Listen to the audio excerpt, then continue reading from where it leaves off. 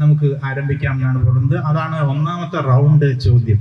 നിങ്ങളുടെ ആദ്യ പുസ്തകം എങ്ങനെയാണ് പുറത്തു വന്നത്, ആരാണ് പ്രസിദ്ധീകരിച്ചത്, അതിന് പിന്നിലുള്ള നിങ്ങളുടെ ഒരു സ്ട്രെയിൻ, പെയിൻ, വേദന, ആഹ്ലാദം, സന്തോഷം, ഇതെല്ലാം എങ്ങനെയാണ് നിങ്ങൾ അതിനെ എങ്ങനെയാണ് കാണുന്നത് എന്നാണ് ഫാത്തിമ സ്വപ്ന തുടങ്ങുന്നത്.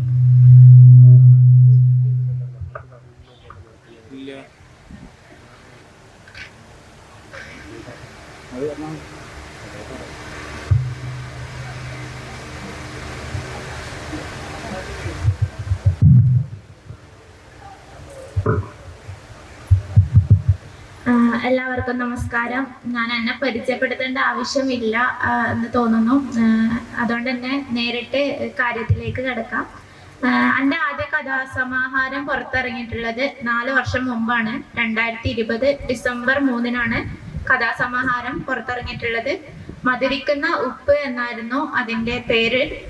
അപ്പം 4 വർഷം മുമ്പ് അത് പുറത്തിറങ്ങുന്നതിന് പിന്നിൽ ഒരുപാട് ആൾക്കാരുടെ സപ്പോർട്ടും അതുപോലെ അവരുടെ ഒരു അവരെന്റെ കൂടെ ചേർന്ന് നിന്നതിന്റെ ഒരു ഫലമായിട്ടാണ് അന്ന് ആ ഒരു ബുക്ക്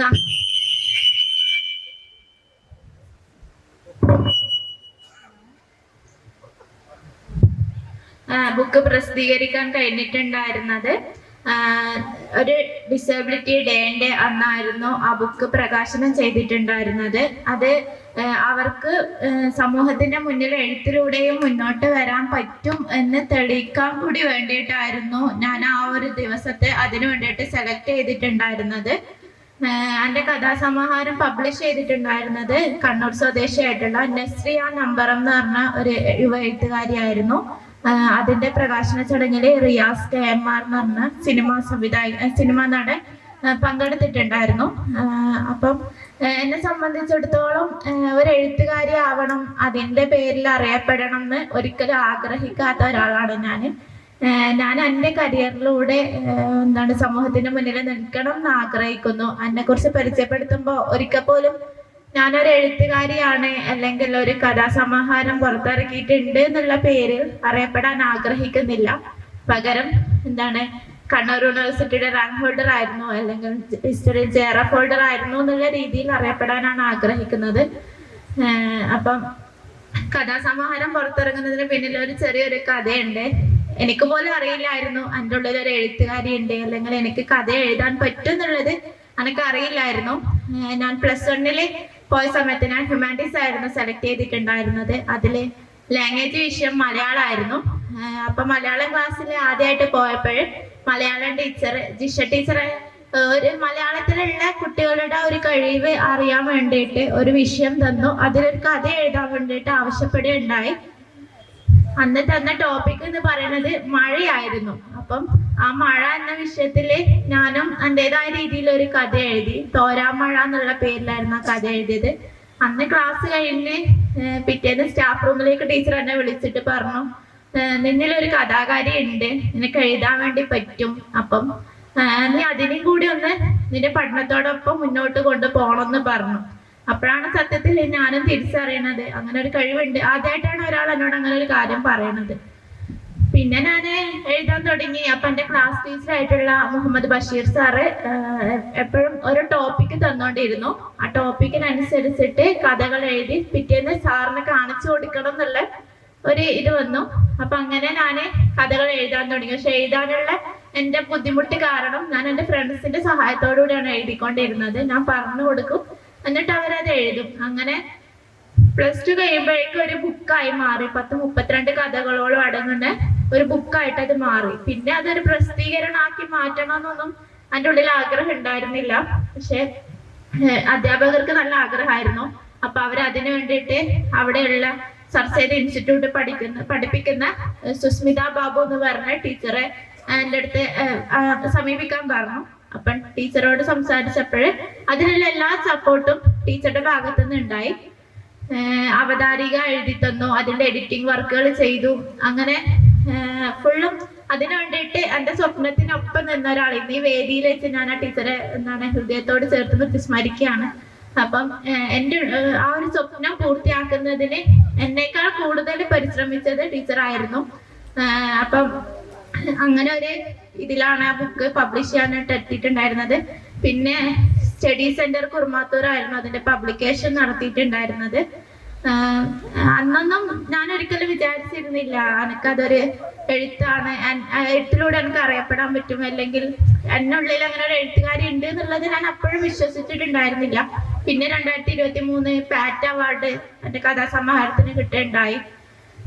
പിന്നെ വീണ്ടും എഴുതി തുടങ്ങണം എന്നുള്ളൊരു ഇത് വന്നത് എന്നോട് പലരും ചോദിക്കാൻ തുടങ്ങി, ആ കഥയുടെ ബാക്കി എന്താണ് എഴുതി. ഞാൻ എപ്പോഴും വായനക്കാർക്ക് വിട്ടുകൊടുക്കുന്ന രീതിയിലാണ് കഥ അവസാനിപ്പിച്ചിട്ടുണ്ടായിരുന്നത്. അപ്പൊ അതുകൊണ്ട് തന്നെ എല്ലാവരും വീണ്ടും എന്താണ് എന്റെ കഥക്ക് വായനക്കാരുണ്ട് എന്ന് തോന്നിയപ്പോഴും വീണ്ടും എഴുതണം എന്നുള്ള ഒരു ആഗ്രഹം ഉണ്ടായി.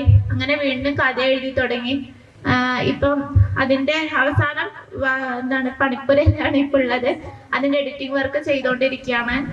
ഇവിടുന്ന് പോകുന്നതിന് മുന്നേ മലയാള യൂണിവേഴ്സിറ്റിയിൽ നിന്ന് അതിന്റെ പ്രകാശനം നടത്തണം എന്നുള്ളൊരു ആഗ്രഹമുണ്ട്. അപ്പം ആ ബുക്കും ഇതുപോലെ തന്നെയാണ്, കഥാസമാഹാരം തന്നെയാണ്. എന്റെ കഥ അത്ര ആൾ വായിച്ചിട്ടുണ്ട് എന്നുള്ളത് എനിക്ക് അറിയില്ല, കാരണം യൂണിവേഴ്സിറ്റിയിലോ ലൈബ്രറികളിലേക്കൊന്നും ബുക്ക് കൊണ്ടുവന്നിട്ടുണ്ടായില്ല. അപ്പൊ അതിൽ 32 കഥകളാണ് ഉള്ളത്. ആ കഥകളെല്ലാം അതിലെ കഥാപാത്രങ്ങളെല്ലാം ഒന്നുകിൽ ഞാനായിരിക്കാം, അല്ലെങ്കിൽ എനിക്ക് ചുറ്റുമുള്ളവരോ അല്ലെങ്കിൽ ഞാനായിട്ട് ബന്ധപ്പെട്ടവരോ ഞാൻ മറ്റ് കഥകളിലൂടെയോ അല്ലെങ്കിൽ വാർത്തകളിലൂടെയോ കേട്ട് അറിഞ്ഞിട്ടുള്ള കഥാപാത്രങ്ങളോ ആണ് കൂടുതലായിട്ടും എൻ്റെ കഥയിലുള്ളത്. ഇപ്പൊ ഞാൻ എഴുതിക്കൊണ്ടിരിക്കുന്ന കഥകളിലും അങ്ങനെ തന്നെയാണ്. എന്നോട് പലരും ചോദിച്ചിട്ടുണ്ട്, ആ കഥാപാത്രം നീയല്ലേ എന്നുള്ളത്. അത് എന്താണ് ഞാൻ തന്നെയാണ് എനിക്ക് സമ്മതിച്ചു കൊടുക്കേണ്ടി വന്നിട്ടുണ്ട്. കാരണം ആ ഒരു രീതിയിൽ തന്നെയാണ് ഞാൻ കഥ എഴുതുന്നത്, തന്നെ എഴുതാൻ ആഗ്രഹിക്കുന്നതും അങ്ങനെ തന്നെയാണ്. സ്വന്തം പേരിൽ എൻ്റെ പേരിൽ തന്നെ കഥ എഴുതണം ആഗ്രഹമുണ്ട്, ഒരു ആത്മകഥ എഴുതണം എന്നൊക്കെ. പക്ഷെ അതിന് സമയമായിട്ടില്ല. പ്രായമായിട്ടാകുമ്പോൾ എഴുതാന്നല്ല കേട്ടോ, സമയമായിട്ടില്ല എന്ന് പറഞ്ഞത് എനിക്ക് എൻ്റെ കരിയർ അച്ചീവ് ചെയ്തിട്ട് ഞാൻ മറ്റുള്ളവർക്ക് മാതൃകയാകുന്ന ഒരാളാണ് എന്നുള്ളത് എനിക്ക് സ്വയം തോന്നിയതിന് ശേഷം എൻ്റെ ഒരു ജീവിതകഥ, ഞാൻ ഇതുവരെ വന്നിട്ടുള്ള ഒരു ജീവിതകഥ ഒരു ആത്മകഥാ രൂപത്തിൽ എഴുതണം എന്ന് ആഗ്രഹമുണ്ട്. അപ്പം എൻ്റെ ബുക്കിനെ കുറിച്ച് ഇതൊക്കെയാണ് പറയാനുള്ളത്.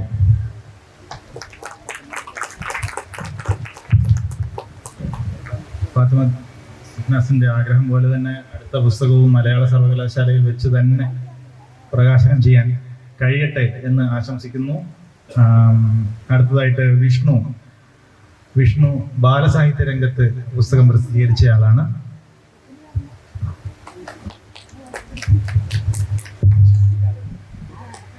ഞാൻ ഇരുന്ന് സംസാരിച്ച പോലെ ഓക്കെ. ഞാനും എൻ്റെ റൂംമേറ്റ് അവിടെ ഇരിപ്പുണ്ട്, ആദില്. അപ്പൊ ഞങ്ങൾ ഇന്നലെ ഒരുപാട് നേരം സംസാരിച്ചായിരുന്നു വേദിയിൽ കയറുന്ന പരിപാടിയും കാര്യങ്ങൾ. കാര്യം എന്ന് വെച്ച് കഴിഞ്ഞാൽ നമുക്ക് ഇതിപ്പോ ഓന്റെ ഷർട്ടാണ്, ഓൻ തന്നെയാണ് എനിക്ക് തേച്ച് തന്നത്. അപ്പൊ നമ്മള് കുട്ടികളായിരിക്കുന്ന സമയത്ത് നമ്മുടെ മനസ്സിൽ എപ്പോഴും ഭയങ്കര സന്തോഷമായിരിക്കും. എനിക്ക് തോന്നുന്നത് ഞാൻ ഇപ്പോഴും കുട്ടി തന്നെയാണ്. എന്റെ മുഖം എങ്ങനെ ഇരിക്കണം എന്നുള്ളൂ, ഉള്ളിൽ ഭയങ്കര കുട്ടിയാണ്. എനിക്ക് ഏറ്റവും ബുദ്ധിമുട്ടുള്ള കാര്യം എന്ന് വെച്ച് കഴിഞ്ഞാൽ ചിരിക്കാൻ ഭയങ്കര ബുദ്ധിമുട്ടാണ്. അപ്പോ സംഭവം എന്ന് വെച്ച് കഴിഞ്ഞാൽ എന്റെ ഫസ്റ്റ് ബുക്ക് കുടിസുമല്ല, റോമിയറോ എന്ന് പറഞ്ഞൊരു സെൽഫ് പബ്ലിഷ് ബുക്ക് ഞാൻ പബ്ലിഷ് ചെയ്തിട്ടുണ്ട്. അത് ചെയ്യണ പോലെ തന്നെ സംഭവം എന്ന് വെച്ച് കഴിഞ്ഞാൽ ഒരു magical realism, time loop, lucid dream അതൊക്കെ കണക്ട് ചെയ്തൊരു ബുക്കായിരുന്നു. അപ്പൊ സെൽഫ് പബ്ലിഷ് ബുക്കാണ്. അപ്പൊ ഞാൻ തുടക്കം സംഭവം എന്ന് വെച്ച് കഴിഞ്ഞാൽ എനിക്ക് സംസാരിക്കാൻ കുറച്ച് ബുദ്ധിമുട്ടുണ്ട്, നിങ്ങളെല്ലാവരും സഹകരിക്കുമെന്ന് പ്രതീക്ഷിക്കുന്നു. അപ്പോൾ സെൽഫ് പബ്ലിഷ് ബുക്കാണ്. അപ്പൊ എനിക്കൊരു സിനിമ ചെയ്യണമെന്നുണ്ടായിരുന്നു. അപ്പൊ ഞാൻ ആ സബ്ജക്ട് വെച്ചിട്ട് ഒരുപാട് ആർട്ടിസ്റ്റിന്റെ അടുത്തൊക്കെ പോയി സംസാരിച്ചായിരുന്നു. അപ്പൊ ഇപ്പൊ ഇറങ്ങിയിരിക്കുന്ന ഗഗനാചാരി പോലത്തെ ഒരു കൺസെപ്റ്റ് ആയിരുന്നു ഒരു റൊമേറോ എന്നുള്ള ഇതിനൊക്കെ ഉണ്ടായിരുന്നത്. ഏകദേശം റിലേറ്റ് ചെയ്യാൻ പറ്റുകയാണെങ്കിൽ ഹാരി പോട്ടർ, നാർണിയ പോലുള്ള ഹോളിവുഡ് പടങ്ങളോട്ട് റിലേറ്റ് ചെയ്യാം. അപ്പൊ ആ സബ്ജക്ട് സംസാരിച്ച് കഴിഞ്ഞാൽ പറഞ്ഞു അത് ചെയ്യാൻ പറ്റില്ല ഈ കാലഘട്ടത്തിൽ. എനിക്ക് തോന്നാൻ ഞാൻ കഥ പറഞ്ഞത് 2016 17 പോയിട്ടാണ് ആർട്ടിസ്റ്റിന് ഒരു കഥ പറയണേ. അപ്പൊ ആ ഒരു സബ്ജക്ട് ഒരിക്കലും മലയാളത്തിൽ ചെയ്തു കഴിഞ്ഞാൽ പ്രേക്ഷകർ സ്വീകരിക്കില്ല എന്നുള്ളൊരു സംഭവം പറഞ്ഞു. അപ്പൊ കാര്യം എന്ന് വെച്ച് കഴിഞ്ഞാൽ എനിക്ക് എന്റെ മനസ്സെന്ന് വെച്ച് കഴിഞ്ഞാൽ തോക്കാനുള്ള ഫീലില്ല. എപ്പോ തോറ്റാലും ജയിക്കാനൊരു മനസ്സുണ്ട് എൻ്റെ ഉള്ളിൽ. അപ്പൊ ഞാനത് സെൽഫ് പബ്ലിഷ് ചെയ്യാൻ പബ്ലിഷേഴ്സിനെ അന്വേഷിച്ചു. അപ്പൊ അവര് ഒരുപാട് പൈസ എന്നോട് ആവശ്യപ്പെട്ടു. ഇപ്പൊ DC അതുപോലെ ഒത്തിരി പബ്ലിഷേഴ്സ് ഏകദേശം ഒരു 30,000-40,000 വെച്ച് പബ്ലിഷ് ചെയ്യാൻ. കാരണം വെച്ച് കഴിഞ്ഞാൽ ഞാനൊരു പുതിയ റൈറ്ററാണ്. അപ്പൊ എന്റെ ബാക്ക്ഗ്രൗണ്ട് എന്താണ് കാര്യങ്ങളൊന്നും അറിയില്ല. അപ്പൊ അങ്ങനെ ഒരു ക്രൗഡ് ഫണ്ടിങ് പോലെയാണ് ആദ്യം ചെയ്തത്. ഏകദേശം ഒരു 300 കോപ്പികൾ അടിച്ചിരുന്നു. ബുക്കിന്റെ വില 70 രൂപയായിരുന്നു. അപ്പൊ എനിക്ക് തന്നെന്ന് വെച്ച് കഴിഞ്ഞാൽ ഞാൻ എപ്പോൾ ഡൗൺ ആയി പോയാലും എന്നെ ചുറ്റിപ്പറ്റിയിട്ട് ഒരുപാട് ആൾക്കാർ സ്വാഭാവികമായിട്ട് വരാറുണ്ട്. അപ്പൊ ഞാൻ എന്താ പറയുക ഒരുപാട് പേരെ ഹെൽപ്പ് ചെയ്ത സമയത്ത് ഏകദേശം ഒരു 20,000 സംതിങ് എമൗണ്ട് വേണമായിരുന്നു പ്രിന്റിങ്ങിനും പബ്ലിഷിങ്ങിനും, പിന്നെ അതുപോലെ തന്നെ അങ്ങനെയുള്ള സംഭവങ്ങളൊക്കെ ചെയ്യാനായിട്ട്. അപ്പൊ അങ്ങനെ ചെയ്തു. ഏകദേശം ഞാൻ ഏകദേശം ഒരു മാസം 1.5 മാസം കൊണ്ട് കംപ്ലീറ്റ് ബുക്കുകൾ വിറ്റ് തീർത്തിരുന്നു. അത് ഈ റൊമേറോ എന്ന് പറയുക, റൊമേറോ കുഡ്സു, അത് ഇനി ഒരു ക്യാരക്ടർ വരാണ്ട്, അതായത് ഞാൻ ക്രിയേറ്റ് ചെയ്തൊരു ലോകം ഉണ്ട്. അത് നമ്മളിപ്പോൾ യൂണിവേഴ്സ് എന്നൊക്കെ മാർവൽ സീരീസ് യൂണിവേഴ്സ് പോലെ അതിനകത്ത് ഫസ്റ്റ് ക്യാരക്ടറാണ് റൊമേറോ, രണ്ടാമത്തെ ക്യാരക്ടർ കുഡ്സു, ഇനി ഒരു ക്യാരക്ടർ വരാനുണ്ട്. അപ്പൊ അതുപോലെ തന്നെ എന്നെ സംബന്ധിച്ചിടത്തോളം രണ്ടാമത്തെ ബുക്കാണ് കുഡ്സു. കുഡ്സു എന്ന് വെച്ച് കഴിയുമ്പോൾ കുറച്ചുകൂടി ലൈവാണ്. പഴയ കാര്യങ്ങൾ, നമ്മുടെ ഓർമ്മ, കുട്ടിക്കാലത്തുള്ള സംഭവങ്ങൾ, അതും അങ്ങനെയുള്ള സാധനങ്ങളും. പിന്നെ നമ്മൾ കുറച്ചൊക്കെ ഫിക്ഷൻസ് ഉണ്ട് ആദ്യം. ഇപ്പൊ എനിക്കൊന്ന് ലൈബ്രറിയിൽ നിലവിൽ അവൈലബിൾ ആണ് ബുക്ക്. അപ്പൊ നിങ്ങളൊന്ന് വായിച്ചു നോക്കുക. ഇതൊക്കെയാണ് എനിക്കുള്ളത്. അടുത്തത് നീതു മാധവൻ മാറാല എന്ന നോവൽ പ്രസിദ്ധീകരിച്ചിട്ടുണ്ട്. അതിന്റെ അനുഭവം പറഞ്ഞു. എല്ലാവർക്കും നമസ്കാരം. ഞാൻ ആക്സിഡൻ്റലി എഴുത്തിലേക്ക് വന്നതാണെന്ന് പറയാൻ പറ്റൂല. ഡിഗ്രി കഴിഞ്ഞതിന് ശേഷമാണ് എഴുത്ത് ഒരു സീരിയസ് മാറ്ററായിട്ട് എടുക്കാൻ തുടങ്ങിയത്, അതിനങ്ങനെ സമീപിക്കാൻ തുടങ്ങിയത്. ആ സമയത്താണ് മാറാലയുടെ ആശയം മനസ്സിൽ വരികയും ചെറിയ ചെറിയ കാര്യങ്ങൾ എഴുതി തുടങ്ങി. പിന്നീട് പണ്ടൊക്കെ എഴുതുന്നുണ്ടെങ്കിലും പുറം ലോകം കാണാറില്ല, സൂക്ഷിക്കാനാണ് പതിവ്. അങ്ങനെ സ്വന്തം ഒരു കോൺഫിഡൻസ് കിട്ടിയപ്പം എൻ്റെ സുഹൃത്തിന് അയച്ചു കൊടുക്കുകയും അവിടുന്ന് കിട്ടിയ പ്രചോദനത്തിൻ്റെ വഴിയായിട്ടാണ് മാറാല പ്രസിദ്ധീകരിച്ചത്. ഇപ്പം വിഷ്ണു കുട്ടിക്കാലത്തിൻ്റെ ഓർമ്മകൾ പറഞ്ഞു. നമ്മുടെ സ്വത്വത്തിനെ നമ്മുടെ രചനയിൽ കൊണ്ടുവരാൻ ആഗ്രഹിക്കുന്ന ഒരാളാണ് ഞാൻ. മാറാലയിൽ അങ്ങനെ കൊണ്ടുവന്നിട്ടുണ്ട്. അതിൽ ആകാശമരം എന്നൊരു മരത്തിനെ പറ്റി പറയുന്നുണ്ട്. അത് ഞാൻ പണ്ട് സ്കൂളിൽ പഠിക്കുന്ന സമയത്ത് 1-ലോ 2-ലോ കേട്ടെഴുത്ത് നടത്തുന്ന സമയത്ത് ഇത്ര മാർക്ക് കുറഞ്ഞാൽ അടി കിട്ടും. അപ്പോൾ ഞങ്ങൾ ഒരു കാഞ്ഞിരമരത്തിൻ്റെ ചോട്ടിൽ കല്ല് വെച്ച് പോയി കഴിഞ്ഞാൽ അന്ന് അടി കിട്ടൂല എന്നുള്ള ഒരു അവിടെ പ്രാദേശികമായിട്ട് ഒരു ഇതുണ്ടായിരുന്നു. അപ്പം ഇതൊക്കെ ഞാൻ മാറാലയിൽ എഴുതിയിട്ടുണ്ട്. പിന്നെ മാറാല പബ്ലിഷിങ്ങിലേക്ക് എത്തിയത് ഇൻസ്റ്റഗ്രാമിൽ ഒരു ബ്ലോഗ് പോലെയൊക്കെ എഴുതാൻ തുടങ്ങിയിട്ടുണ്ടായിരുന്നു. ആ സമയത്ത് ഒരു പ്രസാധകർ വന്ന് ഇങ്ങനെ അന്വേഷിക്കുകയുണ്ടായി എന്തെങ്കിലും പബ്ലിഷ് ചെയ്യാനുണ്ടോ എന്ന്. ആ സമയത്ത് മാറാല പകുതി പോലും ആയിട്ടില്ല. അപ്പം ഞാൻ കംപ്ലീറ്റ് ആയിട്ട് നിങ്ങളെ അറിയിക്കാമെന്ന് പറഞ്ഞു. അങ്ങനെ അവർക്ക് അയച്ചു കൊടുത്തു. അവർക്ക് ഇഷ്ടമായി, അവർ പബ്ലിഷ് ചെയ്യാമെന്ന് പറഞ്ഞു. പക്ഷേ കവർ പേജ് ഞാൻ പറഞ്ഞു കൊടുത്തത് അവർക്ക് പറ്റില്ല. അങ്ങനെ പറഞ്ഞ് അവിടെ നിന്ന് പോകുന്നതാണ്. പിന്നീട് PGക്ക് ഇവിടെ വന്നു. ശരിക്കും മാറാല ആകെ പരന്ന് കിടക്കുകയായിരുന്നു. അതിനെ ഒരു സ്ട്രെച്ചറിലേക്ക് മാറ്റാൻ ഗണേഷ് മാഷ് ഒരുപാട് സഹായിച്ചിട്ടുണ്ട്. പിന്നീട് പല പബ്ലിഷിങ്ങിലേക്കും പോയിട്ടുണ്ടെങ്കിലും അവർക്ക് ഒന്നെങ്കിൽ ടൈറ്റിൽ പറ്റില്ല, അല്ലെങ്കിൽ കവർ പേജ് പറ്റില്ല എന്നാണ് പറയുന്നത്. മാറാലയിൽ പറഞ്ഞിരിക്കുന്ന വിഷയം ഭയങ്കര ഡാർക്കാണ്. അതിൽ ഡാർക്കായിട്ടുള്ള കവർ പേജ് പറ്റില്ല, കുറച്ചുകൂടി കളർഫുൾ ആക്കണം എന്നാണ് പറയുന്നത് അതുവരെയുള്ള പബ്ലിഷേഴ്സ് മൊത്തം. അപ്പോൾ ഈ ഡാർക്ക് വിഷയം പറഞ്ഞതിൽ എനിക്ക് സമാധാനത്തിൻ്റെ വെള്ളരിപ്രാവുകൾ വരച്ചു വെക്കാൻ പറ്റില്ല. അങ്ങനെ അവിടെ നിന്ന് പോകുന്നു. ഒരു എഴുത്തുകാരന് ഉള്ള ഫ്രീഡം ബ്ലോക്ക് ചെയ്യാണ് അവിടെ. എഴുത്തുകാരന് അറിയാം എന്താണ് ഇതുവരെ എത്തിച്ച് എഴുതിയിട്ടുണ്ടെങ്കിൽ എങ്ങനെയാണ് അതിൻ്റെ കവർ പേജ് ഡിസൈൻ ചെയ്യേണ്ടത്, ടൈറ്റിൽ എങ്ങനെയാണ് വരേണ്ടതെന്നുള്ളത്. അപ്പോൾ എഴുത്തുകാരന് ഫ്രീഡത്തിനെ ബ്ലോക്ക് ചെയ്യുന്ന അതിൽ കുറച്ച് മനസ്സ് വിഷമിച്ചിട്ടുണ്ടായിരുന്നു ആ സമയത്ത്. പിന്നീട് അൻവർ മാഷിൻ്റെ സഹായത്തോടെ കാർബൺ ബുക്സ് മാറാല പബ്ലിഷ് ചെയ്യായിരുന്നു. കഴിഞ്ഞ വർഷം മാർച്ച് 5-നായിരുന്നു മാറാല പബ്ലിഷ് ചെയ്തത്. അതിന് മുമ്പ് പുസ്തകമായി കയ്യിൽ കിട്ടിയപ്പം ഭയങ്കര സന്തോഷമുണ്ടായി. ജീവിതത്തിൽ എന്തെങ്കിലുമൊക്കെ ചെയ്ത ഒരു ഫീലായിരുന്നു.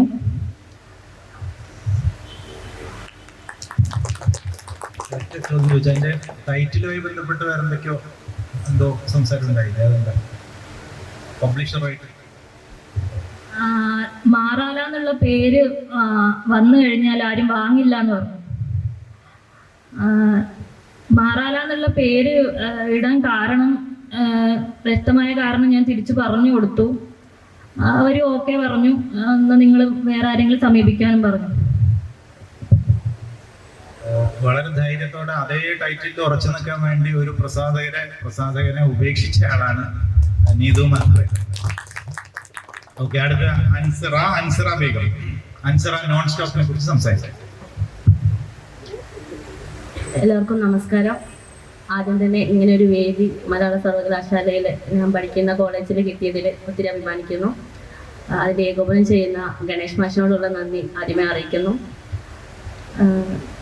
നോൺ സ്റ്റോപ്പ് എന്ന് പറയുമ്പോൾ എല്ലാവരും ചോദിക്കും എന്തുകൊണ്ടാണ് ആദ്യ ബുക്കിന് നോൺ സ്റ്റോപ്പ് എന്നുള്ള പേര് കിട്ടിയതെന്ന്. അപ്പം അതിനുള്ള ഉത്തരം ഞാൻ അവസാനം പറയാം. ഇപ്പം എനിക്ക് പറയാനുള്ളത് മാൻകൈൻഡ് ലിറ്ററേച്ചറാണ് എൻ്റെ പുസ്തകം പുറത്തിറക്കിയത്. ഈ ഒരു പുസ്തകം വായിച്ചിട്ട് ഒരുപാട് പേര് എന്നോട് ചോദിച്ചിട്ടുണ്ട്, ഇയാൾ ഇത്രയൊക്കെ പുസ്തകങ്ങൾ വായിച്ചിട്ട് ഇങ്ങനെയാണോ പുസ്തകം എഴുതിയിട്ടുള്ളത്? അവരോട് പറഞ്ഞിട്ടുള്ള ഒരു ഉത്തരം എന്ന് പറഞ്ഞാൽ, ഇത് ഞാൻ സർവകലാശാലയിൽ വന്നതിന് ശേഷം എഴുതിയ പുസ്തകമല്ല, 8ാം ക്ലാസ്സിൽ പഠിക്കുമ്പോൾ എഴുതിയ ഒരു പുസ്തകമാണ്. ഒരു 8ാം ക്ലാസ്സുകാരിയുടെ എല്ലാ ഭാവങ്ങളും ചേരുന്നത് മാത്രമാണ് ഈ പുസ്തകം. അപ്പം അങ്ങനെ ഒരു പുസ്തകത്തെ ധൈര്യപൂർവ്വം പബ്ലിഷ് ചെയ്യാൻ കാണിച്ചത് സായുജേട്ടൻ എന്ന് പറയുന്ന മാൻകൈൻഡിന്റെ എഡിറ്ററാണ്. ഈ മാൻകൈൻഡിന്റെ സായുജേട്ടൻ എന്നോട് വായിച്ചിട്ട് പറഞ്ഞൊരു കാര്യം, ഇത് ഒരിക്കലും മൂടി വെക്കേണ്ട ഒരു പുസ്തകമല്ല, പ്രലോകം കാണേണ്ട പുസ്തകമാണെന്നാണ്. ആ ഒരൊറ്റ വാക്യത്തിൽ നിന്നാണ് ഞാൻ ഈ പുസ്തകം പബ്ലിഷ് ചെയ്യാൻ തീരുമാനിച്ചത്. ഈ പുസ്തകം 8ാം ക്ലാസ്സിൽ എഴുതാനുള്ള സാഹചര്യം കൂടി ഞാൻ പറയാണ്. എനിക്ക് ഒരുപാട് ഇപ്പം ഇവരൊക്കെ പറഞ്ഞു കുട്ടിക്കാലത്തെ ഓർമ്മകൾ ഉണ്ടെന്ന്. എനിക്ക് അങ്ങനെ ഒരു ഓർമ്മകളൊന്നും ഇല്ലായിരുന്നു. ഏകാന്തതയിലൂടെയും ഒറ്റപ്പെട്ട ജീവിതത്തിലൂടെയും ഒക്കെ പോകുന്ന ഒരാൾക്ക് അന്ന് എഴുതാൻ ഒരു പേപ്പറും ഒരു പെന്നും മാത്രമേ ഉണ്ടായിരുന്നുള്ളൂ. അപ്പം എൻ്റെ എല്ലാ ആശയങ്ങളും ഞാൻ കുത്തിക്കുറിക്കുന്നത് ആ പേപ്പറിൽ മാത്രമായിരുന്നു. ഒരു കൂട്ടുകാരുകളോ അല്ലെങ്കിൽ കളിക്കാൻ ഒരിടമോ, പണ്ടൊക്കെ സൈക്കിൾ എന്ന് പറയുന്നത്, അപ്പൊ ഞാൻ കുറിച്ച് വായിച്ചപ്പോൾ അതിൽ കുട്ടിക്ക് വരുന്നുണ്ട്, ഒരു സൈക്കിളുമായിട്ട് അച്ഛൻ വരുമ്പോൾ ആ കുട്ടിയുടെ ഒരു സന്തോഷം കാണിക്കുന്നുണ്ട്. അതുപോലെ തന്നെ എനിക്കൊരു സൈക്കിൾ അന്ന് കിട്ടിയിരുന്നെങ്കിൽ എന്ന് ഞാൻ ആഗ്രഹിച്ചിട്ടുണ്ട്. സ്കൂളിട്ട് വരുമ്പോൾ അപ്പുറത്തെ വീട്ടിലെ കുട്ടികളുടെ സൈക്കിളിൽ ഒരു റൗണ്ട് ഓടിക്കുന്നതിന് 5 രൂപ കൊടുത്തിട്ടൊക്കെ കയറേണ്ട അവസ്ഥ വന്നിട്ടുണ്ട്.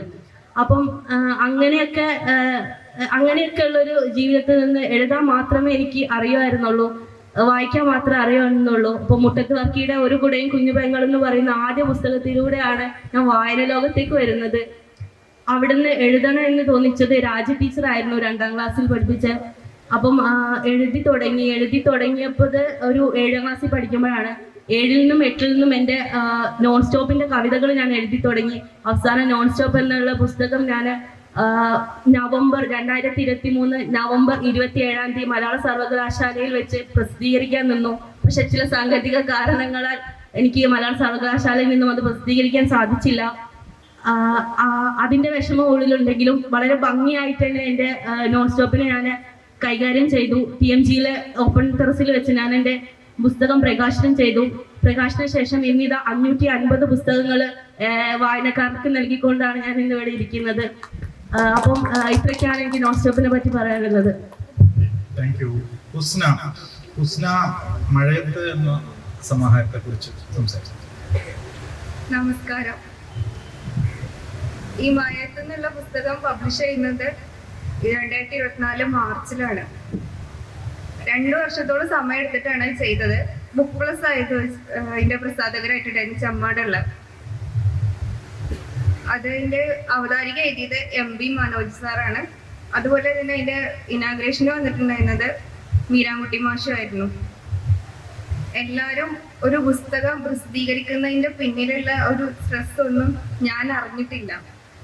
അതിന് കാരണം ഞാൻ ഡിഗ്രി ചെയ്ത കോളേജിലുള്ള എൻ്റെ 2 അധ്യാപകരാണ്, ഡോക്ടർ മുനവർ അസീം സാറും അതുപോലെ തന്നെ ഷെരീഫ് സാറും. ഞാനിങ്ങനെ എഴുതുന്നുണ്ടെന്ന് ഞാൻ അവിടെ ഫസ്റ്റ് ഇയറിൽ ജോയിൻ ചെയ്ത സമയത്ത് മുനവർ സാറ് അറിഞ്ഞു. എൻ്റെ കയ്യിൽ നിന്ന് 1-2 കവിതകൾ വാങ്ങി വായിച്ചിട്ട് അന്ന് രാത്രി തന്നെ എനിക്ക് മെസ്സേജ് അയച്ചു, ബാക്കിയുള്ള കവിതകളും കൂടെ അയച്ചു തന്നാൽ നമുക്കിത് പ്രസിദ്ധീകരിക്കാന്ന് പറഞ്ഞിട്ട്. അതുവരെ എനിക്ക് എൻ്റെ കവിതകൾ പ്രസിദ്ധീകരണ യോഗ്യമാണ് എന്നുള്ളൊരു ചിന്ത ഉണ്ടായിരുന്നില്ല. അതുകൊണ്ട് തന്നെ ഒരു പുസ്തകം സ്വന്തമായിട്ട് ഇറക്കാന്നുള്ള ഒരു സ്വപ്നം ഉണ്ടായിട്ടുണ്ടായിരുന്നില്ല. സാറിങ്ങനെ 2-3 തവണ പറഞ്ഞപ്പോൾ ഞാൻ എൻ്റെ കയ്യിലുള്ള കവിതകളെല്ലാം പ്രിന്റ് എടുത്തിട്ട് മാഷിൻ്റെ കയ്യിൽ കൊടുത്തു. പിന്നെ അവിടുന്ന് ഒരു മാസത്തോളം കഴിഞ്ഞപ്പോൾ മാഷ് പറഞ്ഞു അവിടുത്തെ ഫസ്റ്റ് എഡിറ്റോറിയൽ ബോർഡ് അത് ഓക്കെ പറഞ്ഞിട്ടുണ്ട്, അപ്പോൾ ഇനിയുള്ള കവിതകളും കൂടെ അതിൻ്റെ കൂടെ കൊടുക്കാൻ പറഞ്ഞു. ഞാൻ ആദ്യം തന്നെ മാഷിന് കൊടുത്തിട്ടുണ്ടായിരുന്നു. അതുവരെ ഞാൻ എഴുത്ത് തുടങ്ങിയത് മുതൽ സാറ് പറയുന്നത് വരെയുള്ള എല്ലാ കവിതകളും കൂടെ കൊടുത്തത്. പിന്നെ ഇതിൻ്റെ ഇടയ്ക്ക് 2-3 തവണ ആയിട്ട് എഴുതിയ 5 കവിതകളോ അല്ലെങ്കിൽ 6 കവിതകളൊക്കെ ആയിട്ട് കൊടുത്തു. അതിൽ നിന്ന് തന്നെ ഞാൻ ഏകദേശം 100-ലേറെ കവിതകൾ കൊടുത്തിട്ട് 64 കവിതകളാണ് അതിൽ പ്രസിദ്ധീകരിച്ച് വന്നത്, ആ പുസ്തകത്തിൽ ഉണ്ടായിരുന്നത്. അതുകൊണ്ട് തന്നെ ബാക്കിയുള്ള കവിതകളൊക്കെ എന്തുകൊണ്ട് അതിൽ വന്നില്ല എന്നുള്ളത് എനിക്ക് തന്നെ മനസ്സിലാവുന്ന കാര്യങ്ങളാണ്. അപ്പോൾ ഇനിയൊരു പുസ്തകത്തിലേക്ക് എത്തണമെങ്കിൽ ഞാൻ ഒരുപാട് മാറ്റം വരുത്താനുണ്ടെന്ന് എനിക്കറിയാം. അതുകൊണ്ട് തന്നെയാണ് ഇങ്ങനൊരു കോഴ്സ് എടുത്ത് ഇവിടെ വന്നത് മുതലുള്ളൊരു സ്വപ്നം. വരുന്നതിന് മുമ്പേ ഉള്ളതാണ് അടുത്തൊരു പുസ്തകം എന്നുള്ള ഈ മയത്തിനെ എത്രത്തോളം നന്നാക്കാൻ പറ്റും അത്രയും നന്നാക്കിയിട്ട് ഒന്നും കൂടെ ചെയ്യണം എന്നുള്ളത്. അടുത്തതായി നമ്മോട് സംസാരിക്കുന്നത് ജിനു ആണ്. ജിനു ഒരു പുസ്തകമല്ല പല പുസ്തകങ്ങൾ പ്രസിദ്ധീകരിച്ചിട്ടുള്ളതാണ്. മഴ പനി കൊണ്ട് ചുംബിക്കട്ടെ, ഉത്തരാധുനികൻ പറയാൻ സാധ്യതയുള്ളത്, നിന്റെ മൗനം എന്നെ എന്താണ് ചെയ്തുകൊണ്ടിരിക്കുന്നത്, മണ്ണാങ്കട്ട കരിയില, ആകാശത്തേക്ക് നീളുന്ന വേരുകൾ. ഇത്രയും കവിതാ സമാഹാരങ്ങൾ പ്രസിദ്ധീകരിച്ച കവിയാണ് ജിനു. ഏത് പുസ്തകത്തെ കുറിച്ചാണ് പറയുക എന്നറിയില്ല. ചിലപ്പോൾ എല്ലാ പുസ്തകങ്ങളുടെയും പിന്നിലുള്ള സ്ട്രെസ്സിനെ കുറിച്ചോ സ്ട്രെയിനെ കുറിച്ചൊക്കെ ആയിരിക്കും പറയുക. ജിനുവിന് ശ്വാസം. ഞാൻ മാഷി ചോദ്യം ചോദിച്ചപ്പോൾ മനസ്സിലോട്ട് ഇങ്ങനെ പുറകോട്ട് ചിന്തിക്കുകയായിരുന്നു. ആദ്യം എഴുതിയ പുസ്തകത്തെക്കുറിച്ച് സംസാരിക്കേണ്ടി വരുമല്ലോ എന്ന് ഓർത്ത് 2015 ആദ്യത്തെ പുസ്തകം പുറത്തിറങ്ങുന്നത്. മഴ പനി കൊണ്ട് ചുംബിക്കട്ടെ എന്ന പുസ്തകത്തിൻ്റെ പേര്. ഞാനന്ന് B.Ed വിദ്യാർത്ഥിയായിരുന്നു. എൻ്റെ എല്ലാ പുസ്തകങ്ങളുടെയും ബഹുഭൂരിപക്ഷ പുസ്തകങ്ങളുടെയും രചനാ കാലഘട്ടം എൻ്റെ കലാലയ ജീവിതവുമായി ഏറ്റവും ചേർന്ന് നിൽക്കുന്ന സമയത്താണ് എന്നുള്ളതാണ് മറ്റൊരു ആഹ്ലാദമുള്ളത്. അതിനുശേഷം മാഷ് ആമുഖമായിട്ട് സൂചിപ്പിച്ചപ്പോൾ പരാമർശിച്ച ആകാശത്തേക്ക് നീളുന്ന വേരുകൾ, അത് അവസാനം ഇറങ്ങിയ പുസ്തകമല്ല, അതിനുശേഷം ഒരു പുസ്തകം കൂടെ വന്നിരുന്നു. അങ്ങനെ മുഴുവൻ 7 പുസ്തകങ്ങളുണ്ട്. ഈ മഴ പനി കൊണ്ട് ചുംബിക്കട്ടെ എന്ന് പറയുന്ന പുസ്തകം ഈ എല്ലാ നമ്മളുടെ മക്കളെ നമ്മൾ ഏതെങ്കിലും പഠിക്കാൻ ഏതെങ്കിലും സ്കൂളിൽ വിടുക, അല്ലെ അവരുടെ സംരക്ഷണാർത്ഥം എവിടെയെങ്കിലും ഇടങ്ങളിലാക്കുക, അവിടെ നമ്മൾക്ക് തൃപ്തി കിട്ടുന്ന വിധം നമ്മളുടെ കുട്ടികൾ പരിചരിക്കപ്പെട്ടില്ലെങ്കിൽ ഒരു അച്ഛനോ അമ്മയോ കലഹിക്കുന്നത് പോലെ പുസ്തകത്തെ പ്രതി എനിക്ക് എൻ്റെ എല്ലാ പ്രസാധകരോടും ഈർഷ തോന്നിയിട്ടുണ്ട്. അത് സ്വാഭാവികമായിട്ട് എല്ലാ എഴുത്തുകാർക്കും തോന്നാൻ സാധ്യതയുള്ളൊരു സാധനമാണ്. അതെനിക്ക് തോന്നുന്നു എൻ്റെ അവസാനത്തെ പ്രസാധകനോട് വരെ എനിക്ക് മനസ്സിൽ അങ്ങനെ വിമിഷ്ടം തോന്നിയിട്ടുണ്ട്. നമ്മൾ ആഗ്രഹിക്കുന്ന വിധം ആ പുസ്തകം അവർ അത് എങ്ങനെ കൈകാര്യം ചെയ്യുന്നു, നമ്മൾ എത്രത്തോളം വേദനയോടുകൂടി എഴുതിയത്, ആഗ്രഹത്തോടു കൂടി എഴുതിയത്, മനസ്സിൽ തട്ടി എഴുതിയത്, അത് അവരവിടെ പൂഴ്ത്തി വെക്കപ്പെടുമ്പോഴൊക്കെ ഉണ്ടാകുന്ന സംഘർഷങ്ങൾ, അത് എല്ലാ കാലത്തും ഏത് പബ്ലിഷർ പുസ്തകം ഇറക്കിയാലും ഉണ്ടാകാൻ സാധ്യതയുണ്ട് എന്ന് തോന്നുന്നു. അത് എനിക്കും ഉണ്ടായിട്ടുണ്ട്. 2015 ഞാൻ B.Ed പഠിക്കുന്ന സമയത്താണ് ആദ്യത്തെ പുസ്തകം മഴ പനി കൊണ്ട് ചുംബിക്കട്ടെ എന്നാണ് പുസ്തകത്തിൻ്റെ പേര്. ആ പുസ്തകമായിട്ട് വരുന്നതിൻ്റെ തുടക്കം പെട്ടെന്ന് പറഞ്ഞെടുക്കുക. അന്ന് ഫേസ്ബുക്കൊക്കെ ഇങ്ങനെ സജീവമായിട്ട് വരുന്നൊരു കാലഘട്ടമാണ്. അപ്പോൾ ഞാൻ ഫേസ്ബുക്കിൽ അന്ന് കവിത എഴുതിയിടും. ഞാൻ കവിത എഴുതിയിട്ടാൽ 3 ലൈക്ക് കിട്ടും. അത് ഒന്ന് ഞാൻ, പിന്നെ ഒന്ന് ഞാൻ തന്നെയായ ഞാൻ വേറൊരു അക്കൗണ്ടിൽ നിന്ന് ലൈക്ക് ചെയ്യും, പിന്നെ വേറെ എൻ്റെ ചേട്ടൻ ആരെങ്കിലും ഒരാൾ, അങ്ങനെ 3 ലൈക്ക് കിട്ടും. അപ്പൊ ഞാൻ ഈ കവിത അങ്ങനെ എഴുതിയിട്ട് അപ്പൊ അങ്ങനെ പക്ഷെ ഞാൻ ഈ പരാജയം സമ്മതിക്കാൻ മനസ്സില്ലാത്തതുകൊണ്ട് വീണ്ടും ഇത് എഴുതി. കാരണം ഇത് എഴുതിയിടാൻ വേറെ സ്പേസ് ഇല്ലല്ലോ. അങ്ങനെ എഴുതിയിട്ട് ആ സമയത്ത് മഴ പനി കൊണ്ട് ചുംബിക്കട്ടെ എന്ന തലക്കെട്ടി തന്നെയുള്ള എൻ്റെ ഒരു കവിത ഫേസ്ബുക്കിൽ എഴുതിയിടുന്നു. ആ സമയത്താണ് എന്നെ അന്ന് മെസ്സഞ്ചറിലൊക്കെ നമുക്ക് പരിചയമില്ലാത്ത ഒരാളെ മെസ്സേജ് അയക്കാൻ 2015 എന്ന് പറയുമ്പോൾ അത്രയും ഫേസ്ബുക്കൊക്കെ വന്നിങ്ങനെ നിൽക്കുന്നൊരു സമയം. അപ്പോൾ എനിക്ക് അപരിചിതനായ ഒരു മനുഷ്യന് മെസ്സേജ് അയക്കുന്നു, മഴ പനി കൊണ്ട് ചുംബിക്കട്ടെ എന്ന കവിത, ഈ കവിത വായിച്ചു, നന്നായിട്ടുണ്ട്, വേറെ കവിതയുണ്ടോ എന്നും അതാ. അപ്പോൾ എനിക്ക് ഭയങ്കര സന്തോഷം, കാരണം എന്നോട് കവിതയൊക്കെ ചോദിക്കുന്നതാണ്. അപ്പോൾ ഭയങ്കര സന്തോഷമായിട്ട് ഞാനുള്ള കവിതയെല്ലാം ചറപറ അയച്ചു കൊടുത്തു. അയാൾ വായിക്കുകയില്ല എന്തോ. അപ്പോൾ അയാൾ എന്നെ പരിചയപ്പെടുത്തി. അദ്ദേഹത്തിൻ്റെ വീട് കൊല്ലത്താണ്. സയൂര ബുക്സ് എന്ന് പറയുന്ന ഒരു പബ്ലിക്കേഷനായ അദ്ദേഹത്തിനുണ്ട്. അദ്ദേഹം ആ കവിത ഇഷ്ടപ്പെട്ടിട്ട് നിങ്ങളുടെ മറ്റ് കവിത കൊള്ളാമെങ്കിൽ അത് പുസ്തകമാക്കാന്നുള്ള ആലോചനയിൽ അയാൾ ചോദിച്ചു. അങ്ങനെ അദ്ദേഹം ആ കവിതകൾ എടുക്കുന്നു, അത് പിന്നീട് പുസ്തകമാകുന്നു. ആ പുസ്തകം പ്രകാശനം ചെയ്യുന്നത് വളരെ രസകരമായ സന്ദർഭം. അപ്പം ഈ പുസ്തക പ്രകാശന ചടങ്ങ് വലിയ ഒരു സമ്മേളനമായിട്ട് നടത്തേണ്ട സാധനം. പക്ഷെ എനിക്ക് അതിനുള്ളൊരു സാഹിത്യകാരന്മാരുമായിട്ടുള്ള സൗഹൃദമൊന്നുമില്ല. ഞാൻ BEd പഠിച്ചുകൊണ്ടിരിക്കുന്നേ ഉള്ളൂ.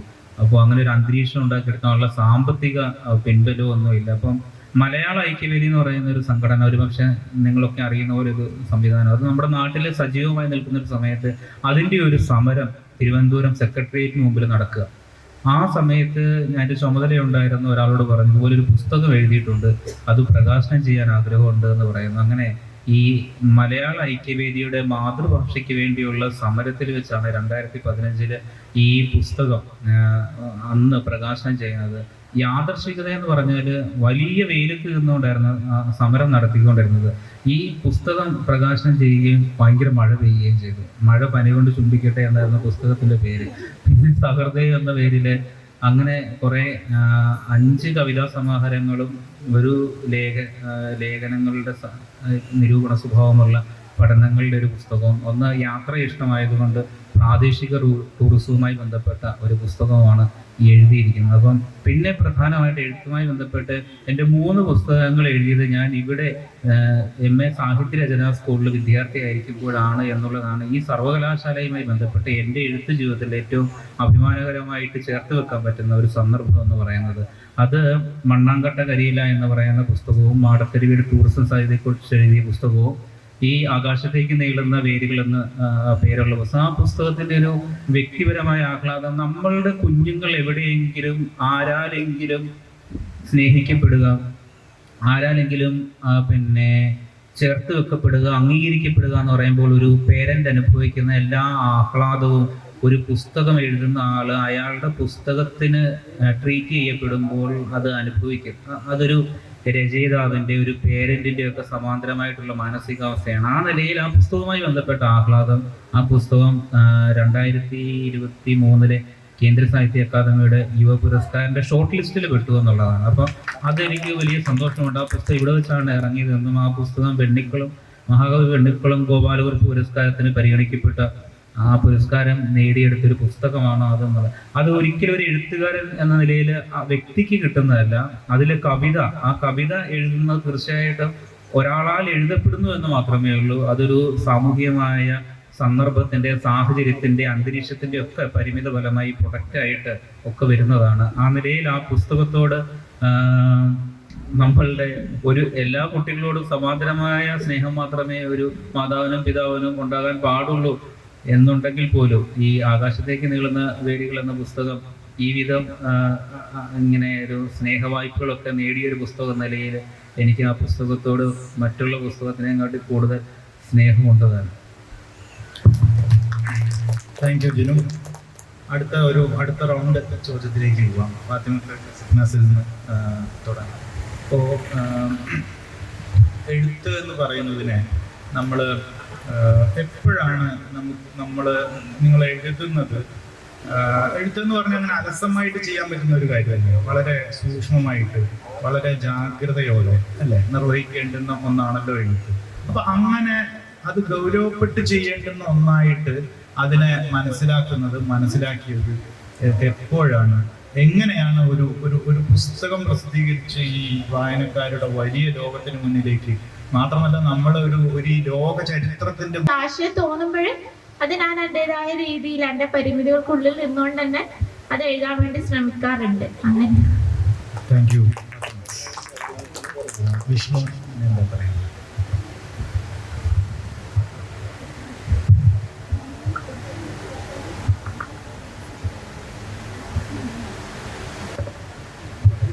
ഞാൻ പറഞ്ഞതേ, അതായത് ഈ ഒരു എഴുത്തുകാരൻ എന്നുള്ളതിൽ നമ്മൾ സ്വയം തിരിച്ചറിയുന്ന ഒരു സമയം. അത് വളരെ നമ്മൾ ക്രിയേറ്റീവ് റൈറ്റിങ്ങിലൊക്കെ പറയുന്ന ഒരു കാര്യമാണ്. അതായത് നമ്മുടെ ഒരു കൗമാരകാലത്തോ അല്ലെങ്കിൽ ഈ യൗവനത്തിന്റെ ഏതോ ഒരു നിമിഷത്തിൽ നമ്മൾക്ക് yes I want to be a writer എന്ന് നമുക്ക് തോന്നുന്ന ഒരു നിമിഷമുണ്ട്.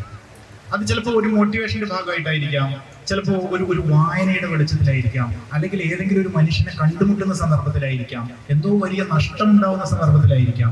ഇങ്ങനെ ചിലതൊക്കെ റീപ്ലേസ് ചെയ്യാൻ കൂടിയാണ് നമ്മൾ ലൈഫിൽ ഒരു റൈറ്ററുടെ എഴുത്ത് എന്നുള്ളൊരു സാധനം തിരഞ്ഞെടുക്കുന്നത്. ആ അർത്ഥത്തിലാണ് ഞാൻ ചോദിക്കുന്നത്, എഴുത്ത് സ്വയം ഒരു എഴുത്തുകാരൻ അല്ലെങ്കിൽ എഴുത്തുകാരി എന്നുള്ള നിലയിൽ നമ്മൾ തിരിച്ചറിയുന്ന, കാരണം നിങ്ങളൊക്കെ പുസ്തകങ്ങൾ തന്നെ പ്രസിദ്ധീകരിച്ച എഴുത്തുകാരാണ്, എപ്പോഴാണെന്നുള്ളത് ചോദിച്ചു.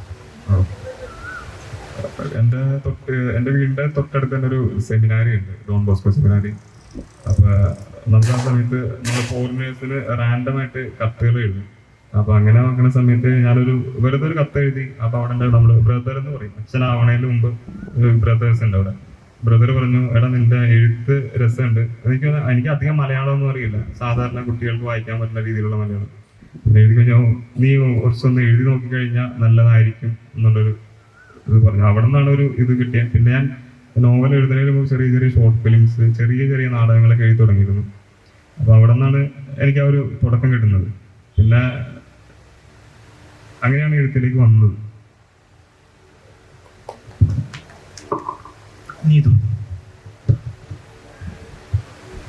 ഞാൻ നേരത്തെ പറഞ്ഞു, എഴുത്തിനെ ഗൗരവപൂർവ്വം എടുക്കുന്നത് ഡിഗ്രിക്ക് ശേഷമാണ്. കുട്ടിക്കാലത്തൊക്കെ എഴുതിയിട്ടുണ്ട്. അത് എന്തെങ്കിലുമൊക്കെ പ്രൈസ് കിട്ടിയത് കവിതകൾക്കാണ്. പിന്നെ ഞാൻ നോവല് എങ്ങനെ എഴുതിയെന്നാണ് എനിക്ക് അറിയില്ല. ഡിഗ്രി കഴിഞ്ഞ ഉടനെ തന്നെ ലോക്ക്ഡൗൺ ആയിരുന്നു. അപ്പം കൊറോണ സമയത്ത് വേറെ പുറത്തേക്ക് പോകാനില്ല. അതേപോലെ തന്നെ ഞാൻ 10ാം ക്ലാസ്സിന് ശേഷം +2 സയൻസ് എടുത്തു, പിന്നെ ഡിഗ്രി ഫിസിക്സ്. അപ്പോൾ ഒക്കെ വായനയും അങ്ങനത്തെ സാഹിത്യ പ്രവർത്തനങ്ങളൊക്കെ നിന്നുപോയി.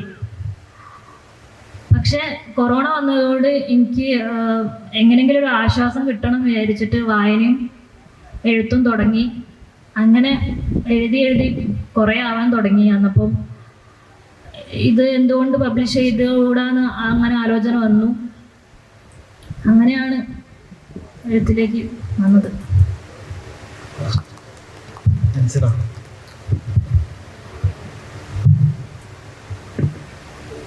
എഴുത്തിലേക്ക് വന്ന രീതി ഞാൻ പറഞ്ഞു, 8ാം ക്ലാസ്സിൽ നിന്നാണ് ആദ്യമായിട്ട് ഞാൻ എഴുതുന്നത് എന്നുള്ളത്. പക്ഷെ തുടങ്ങിയത് 7ാം ക്ലാസ്സിൽ നിന്നാണ്. തുടങ്ങാനുണ്ടായ സന്ദർഭമൊന്നും എനിക്ക് സത്യം പറഞ്ഞാൽ ഓർമ്മ. ഞാൻ പറഞ്ഞല്ലോ, ഒരു ഏകാന്തതയും, ഐ മീൻസ് ഒറ്റക്കായിരുന്നു. എനിക്ക് താഴെ അനിയത്തികളോ അനിയന്മാരോ അല്ലെങ്കിൽ മൂത്തതായിട്ട് ആരും ഉണ്ടായിരുന്നില്ല. അപ്പോൾ ആ ഒരു ചട്ടക്കൂടിൽ നിന്നുകൊണ്ട് എനിക്ക് ആശയം പങ്കുവെക്കാനോ അല്ലെങ്കിൽ വികാരങ്ങളെ കാണിക്കാനോ ഒന്നും വേറൊരാളും ഇല്ലാത്തത് കൊണ്ട് ഞാൻ അത് എഴുത്ത് രീതിയിൽ അവിടെ തന്നെ മൂടി വെക്കും, എഴുതും, അത് അവിടെ തന്നെ വെക്കും. ആ ഒരു രീതിയായിരുന്നു. പിന്നീട് അങ്ങോട്ട് എൻ്റെ ലൈഫിലേക്ക് ഒരു ടേണിംഗ് പോയിന്റ് എന്നിപ്പോൾ എല്ലാവരും പറയും 10ആണ്, ഇതാണ് നമ്മുടെ ടേണിംഗ് പോയിന്റ്, അല്ലെങ്കിൽ +2 ഇതാണ് നമ്മുടെ ടേണിംഗ് പോയിന്റ് എന്നൊക്കെ പറഞ്ഞാൽ എൻ്റെ ലൈഫിലേക്ക് കടന്നു വന്ന ഒരു ടേണിംഗ് പോയിന്റ് എൻ്റെ ഹസ്ബൻഡ് ആയിരുന്നു. ഡിഗ്രി ഫസ്റ്റ് ഇയറിൽ ആണ് ഞങ്ങൾ ഫസ്റ്റ് ടൈം അല്ല, അതിന് മുമ്പേ ബന്ധമുണ്ട്. പക്ഷെ ഒരു ലൈഫ് പാർട്ട്ണർ ആക്കണം അല്ലെങ്കിൽ കൂടെ കൂട്ടണമെന്ന് തോന്നിയത് ഒരു ഡിഗ്രി ഫസ്റ്റ് ഇയറിലായിരുന്നു. ആ ടൈമില് ആളുടെ സപ്പോർട്ട് ഇല്ലായിരുന്നെങ്കിൽ ഞാൻ ഈ വേദിയിൽ ഇരിക്കില്ല. അപ്പം എൻ്റെ എല്ലാ കവിതകളും എന്തും കവിതയല്ല, ഞാൻ എഴുതുന്ന എന്ത് സംഭവങ്ങളും അപാരം, ഇങ്ങനൊക്കെ എഴുതോ, ഈ ഒരു ക്വസ്റ്റ്യനാ ചോദിക്കാം. ആ ഒരു ചോദ്യത്തിലൂടെ എന്നെ കൂടുതൽ എഴുതാൻ പ്രേരിപ്പിക്കുന്ന ഒരാളാണ് എന്റെ അമർക്ക. അല്ല, ആള് കണ്ടോണ്ടിരിക്കുന്നത്. അപ്പൊ ആളെ പറ്റി പറയാനാണെങ്കിൽ ഇങ്ങനെയാണ്. അപ്പൊ ആ ആള് ഇല്ലായിരുന്നെങ്കിൽ ഞാൻ എഴുത്ത് വീണ്ടും കണ്ടിന്യൂ ചെയ്യില്ലായിരുന്നു. അപ്പോൾ ആളെന്നോട് ഡിഗ്രി ഫസ്റ്റ് ഇയറിൽ പറഞ്ഞത്, നീ ഇതുവരെ എഴുതി വെച്ച കവിതകളൊക്കെ നമുക്ക് ഒരിക്കൽ പബ്ലിഷ് ചെയ്യണം എന്ന് പറഞ്ഞു. അപ്പൊ ഞാൻ പറഞ്ഞു, ഈ പൊട്ട കവിതകളൊക്കെ ആര് വാങ്ങണം, അല്ലെങ്കിൽ ഇതൊക്കെ ആര് ആക്കാനാന്ന് പറഞ്ഞു. പക്ഷെ ഒരു ടൈമില് എനിക്കൊരു സമ്മാനമായിട്ട്, അല്ലെങ്കിൽ എൻ്റെ ബർത്ത്ഡേക്ക് ഒരു സമ്മാനമായിട്ട് കൊണ്ടുവന്ന ബുക്കാണ് നോൺ സ്റ്റോപ്പ് എന്ന് പറയുന്നത്. അപ്പോൾ ആള് ഇല്ലായിരുന്നെങ്കിൽ എനിക്ക് ഈ ബുക്ക് പബ്ലിഷ് ചെയ്യാൻ പറ്റില്ലായിരുന്നു. പിന്നീട് ഞാൻ എന്ത് എഴുതുകയാണെങ്കിലും ഞാൻ ചോദിക്കും, ഇങ്ങനെ ഒരു ടോപ്പിക് ഉണ്ട്, അല്ലെങ്കിൽ ഇങ്ങനെ ഒരു ആശയം ഉണ്ട് അമർക്കാം, ഇത് എങ്ങനെയൊന്ന് നോവലാക്കാം അല്ലെങ്കിൽ എങ്ങനെയൊന്ന് കഥയാക്കാം. അപ്പോൾ ആള് പറഞ്ഞു, നീ ആ കഥാപാത്രത്തെ ഇങ്ങനെ ഒന്ന് ചിന്തിച്ചു നോക്ക്, അല്ലെങ്കിൽ നീ ഒന്ന് അങ്ങനെ മാറ്റി ചിന്തിച്ചു നോക്ക്. ഇങ്ങനെ പറഞ്ഞ് എന്നെ ഇങ്ങനെ ഓരോ വഴിയിലേക്ക് ഇങ്ങനെ അതാണ് ഒരു ടേണിംഗ് പോയിന്റ്. ഇങ്ങനെ ഓരോ സ്ഥലത്തേക്ക് ഉന്തിയിട്ട് എന്നെ വീണ്ടും എഴുതാൻ പ്രേരിപ്പിക്കുന്ന ആളായിരുന്നു. അപ്പോൾ ആ വ്യക്തി എന്റെ ലൈഫിൽ വന്നിട്ടില്ലായിരുന്നെങ്കിൽ ഇന്ന് നിങ്ങൾക്ക് മുമ്പിൽ ഇങ്ങനെ ഇരുന്ന് സംസാരിക്കാൻ എനിക്ക് പറ്റില്ലായിരുന്നു. പല വേദികളിൽ ഇതുപോലെ ഇങ്ങനെ പുസ്തകത്തിന്റെ നോൺ സ്റ്റോപ്പിന്റെ ചർച്ചക്കൊക്കെ പോകുമ്പോഴും ഞാൻ ആദ്യം പറയുന്ന ഒരു ആളെ സ്മരിക്കാൻ എനിക്ക് ആള് ഇന്റെ പ്രസൻസിന്റെ വരെ എന്റെ കൂടെ ഉണ്ടായിട്ടില്ല എന്നുള്ള ഒരു സങ്കടം കൂടെ ഉണ്ട്. ഒരു വേദികളിൽ ഞാൻ കയറുമ്പോഴും എന്റെ കൂടെ ആളുണ്ടാവാറില്ല. അപ്പം ആളെ നല്ലോണം ഇപ്പൊ ഞാൻ ശരിക്കും നല്ലോണം മിസ് ചെയ്യുന്നുണ്ട്. പിന്നെ ഒരാളെ പേരെടുത്ത് പറയാനാണെങ്കിൽ എന്റെ ഉമ്മയും എന്റെ ഉപ്പയുമാണ്. ഉപ്പ ഗൾഫിൽ നിന്ന് വരുന്നത് വെയിറ്റ് ചെയ്ത് ഞാൻ ഇരിക്കുമായിരുന്നു ഈ എഴുതിയത് കാണിച്ചു കൊടുക്കാൻ വേണ്ടിയിട്ട്. ഇപ്പൊ നല്ല റീഡറാണ്, നല്ല അത്യാവശ്യം അന്നത്തെ കാലത്തൊക്കെ എഴുതുമായിരുന്നു. പിന്നെ ഇതുപോലെ തന്നെ ഉപ്പാക്ക് ഒരു ആക്സിഡന്റ് വന്നതിന് ശേഷം ഉപ്പാക്ക് പിന്നെ ഒന്നിനും സാധിച്ചില്ല. അപ്പം അങ്ങനെ നിന്നുപോയ പല സംഭവങ്ങളും ഉണ്ട് ഉപ്പാടെ ലൈഫില്. അപ്പോൾ ഉപ്പയും അതുപോലെ തന്നെ എൻ്റെ ഒരു ഇതാണ്. പിന്നെ ഉമ്മയാണ് ഞാൻ എഴുതിയ എല്ലാ സംഭവങ്ങളും ഫസ്റ്റ് വായിക്കുന്ന എൻ്റെ റീഡർ എന്ന് പറയുന്നത് എൻ്റെ ആദ്യ വായനക്കാരി എൻ്റെ ഉമ്മയാണ്. അപ്പൊ ഉമ്മ തെറ്റുകൾ തിരുത്തി തരാറുണ്ട്. എഡിറ്റർ കൂടെയാണ് ഉമ്മ. ഇതിപ്പോ എല്ലാ കഥയിലും വരുന്നതല്ലേ, ഇങ്ങനത്തെ ഒരു സംഭവം വേണ്ട അമ്മ അത് പറയും, ഇത് മാറ്റിയിട്ട് ഈ വേറെ കൊടുത്തോക്കെ ഇത്. അപ്പോ ഞാൻ അടുത്ത എഴുതുന്ന ഒരു ബുക്കില് ഒരു പ്രണയത്തിന്റെ ഒരു സംഭവം ഉണ്ട്. അപ്പൊ ഉമ്മ പറഞ്ഞ എങ്ങനെ അറിയാം, ഇതൊക്കെ പല സിനിമകളിലും കണ്ടതാ, ഇത് മാറ്റി ഒരു രീതിയിലേക്ക് വരുന്നതാണ്. ഇങ്ങനെ കുറെ സംഭവങ്ങൾ എന്നെ ചുറ്റിപ്പറ്റി നിൽക്കുന്നുണ്ട്. പിന്നെ ഒന്ന് ബാബുരാജ് മാഷാണ്. ബാബുരാജ് മാഷെ പറ്റി പറയാനാണെങ്കിൽ ഫസ്റ്റ് ഇയർ അവിടെ വന്ന സമയത്ത് ബാബു മാഷ് എല്ലാരോടും പരിചയപ്പെടാൻ പറഞ്ഞു. അപ്പൊ പരിചയപ്പെടുന്ന സമയത്ത് നമ്മോട് ചോദിച്ചു സാഹിത്യരചന എടുക്കാനുള്ള എന്തുകൊണ്ട് സാഹിത്യരചന എടുത്തു എന്ന് ചോദിച്ചു. അപ്പൊ ഞാൻ പറഞ്ഞു, ഇന്നല്ലെങ്കിൽ നാളെ ഞാൻ മരിച്ചു പോകുന്ന സമയത്ത് ഞാനായി കാണുന്ന ഒരു ഇടം എനിക്ക് വേണം, എന്റെ പേരില് ഒരു ടൈറ്റിൽ അറിയപ്പെടണം എന്ന് ഞാൻ പറഞ്ഞു മാഷോട്. അപ്പൊ ബാബുമാഷ് പറഞ്ഞു, അപ്പം ഇവിടുന്ന് ഇറങ്ങിക്കഴിഞ്ഞാൽ ബുക്ക് ഇറക്കാനാണോ എന്ന് ബാബുമാഷ് ചോദിച്ചു. പറഞ്ഞു അല്ല, ഇവിടുന്ന് തന്നെ ഞാൻ എന്റെ മാക്സിമം ബുക്കുകളും ഇറക്കിയിട്ടേ പോവുള്ളൂ എന്ന് പറഞ്ഞു. ഇങ്ങനെ മൂന്നാല് വ്യക്തികളാണ് എന്റെ ലൈഫിൽ ഉള്ളത്. ഒന്ന് എന്റെ ഹസ്ബൻഡ്, ഉമ്മ, ഉപ്പ, അതുപോലെ ബാബുരാജ് മാഷ്. ഇതാണ് എന്റെ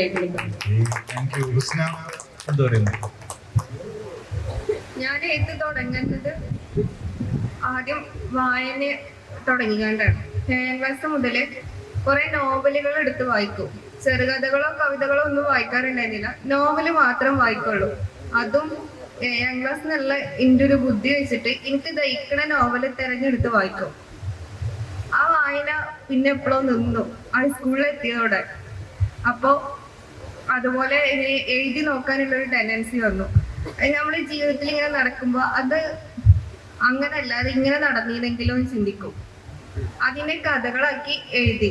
ആദ്യം കഥയിൽ നിന്നാണ് ഞാൻ തുടങ്ങണത്. അതിന് 10ാം ക്ലാസ്സിന് എൻ്റെ ഒരു ഫ്രണ്ട് ഉണ്ടായിരുന്നു, സുഹൈൽ എന്ന് പറഞ്ഞിട്ട്. അവന് ഈ നിമിഷകവി എഴുതും, പെട്ടെന്ന് കവിതകൾ എഴുതും. ഒരു ദിവസം അവന് പ്രവാസിനെ കുറിച്ച് എഴുതിയ ഒരു വരി ഉണ്ടായിരുന്നു, കെട്ടഴിഞ്ഞ കാളയെ പോലെ നെട്ടോട്ടം ഓടുന്നതെന്ന് പറഞ്ഞിട്ട്. അതിന്റെ കാമ്പ എത്രത്തോളം ഉണ്ടെന്നൊന്നും അന്ന് ഞാൻ ആലോചിച്ചിരുന്നില്ല. പക്ഷെ എനിക്ക് അത് ഭയങ്കരമായിട്ട് ഇഷ്ടമായി. ഒരാശയത്തെ കഥ ആക്കുന്നതിനേക്കാളും എളുപ്പം കവിത ആക്കി എഴുതുന്നതാണെന്ന് തോന്നിയത് മുതലാണ് ഞാൻ കവിതകൾ എഴുതി തുടങ്ങിയത്. അത് ആരും കാണിക്കാതെ ഒരു പുസ്തകത്തിൽ ഇങ്ങനെ കൂട്ടി വെക്കുന്ന സ്വഭാവമായിരുന്നു. അത് +1 എത്തിയതിനു ശേഷം ഞാൻ എൻ്റെ ടീച്ചറെ കാണിച്ചു. എന്തും പറയാം എന്നുള്ളൊരു സ്വാതന്ത്ര്യമുള്ള ടീച്ചർ ആണെന്നുള്ള ഒറ്റ ധൈര്യത്തിലാണ് കാണിച്ചത്. അന്ന് എന്നോട് ടീച്ചർ പറഞ്ഞത്, എല്ലാം ഓക്കെയാണ്, പക്ഷെ കുറച്ചും കൂടി മുമ്പത്തെ ഒരു രചനാ രീതിയാണ് അതിനുള്ളതെന്ന് പറഞ്ഞു.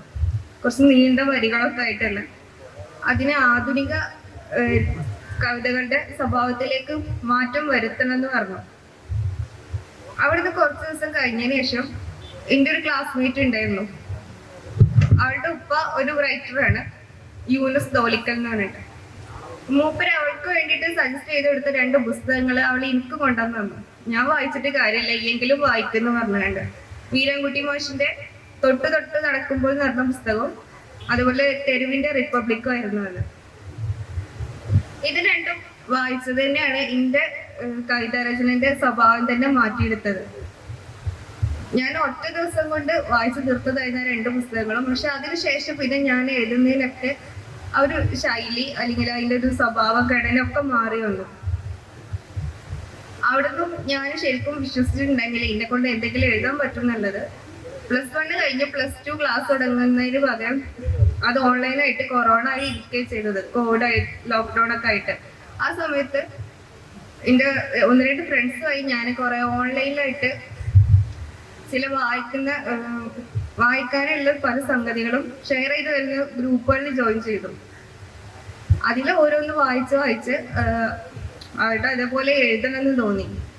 ഓരോ രചനകളും വായിച്ച് മറ്റുള്ളവരുടെ അഭിപ്രായം പറയുമ്പോൾ ഞാനൊന്ന് എഴുതി ഇതിൽ പോസ്റ്റ് ചെയ്ത് കഴിഞ്ഞാൽ അവരെങ്ങനെ അതിനോട് പ്രതികരിക്കും എന്ന് അറിയാനുള്ള കൗതുകത്തിലാണ് എഴുതി തുടങ്ങിയതെങ്കിലും അത് പിന്നെ ഒരു ശീലമാക്കി.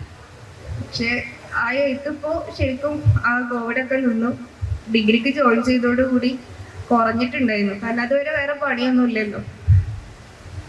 പിന്നെ അവിടുന്ന് ഞാൻ നേരത്തെ പറഞ്ഞില്ലേ, കോളേജിൽ എത്തിയത് മുതലാണ് ഒരു പുസ്തകം പബ്ലിഷ് ചെയ്യുന്നിടത്തേക്ക് ഉള്ള ചിന്ത വന്നത്.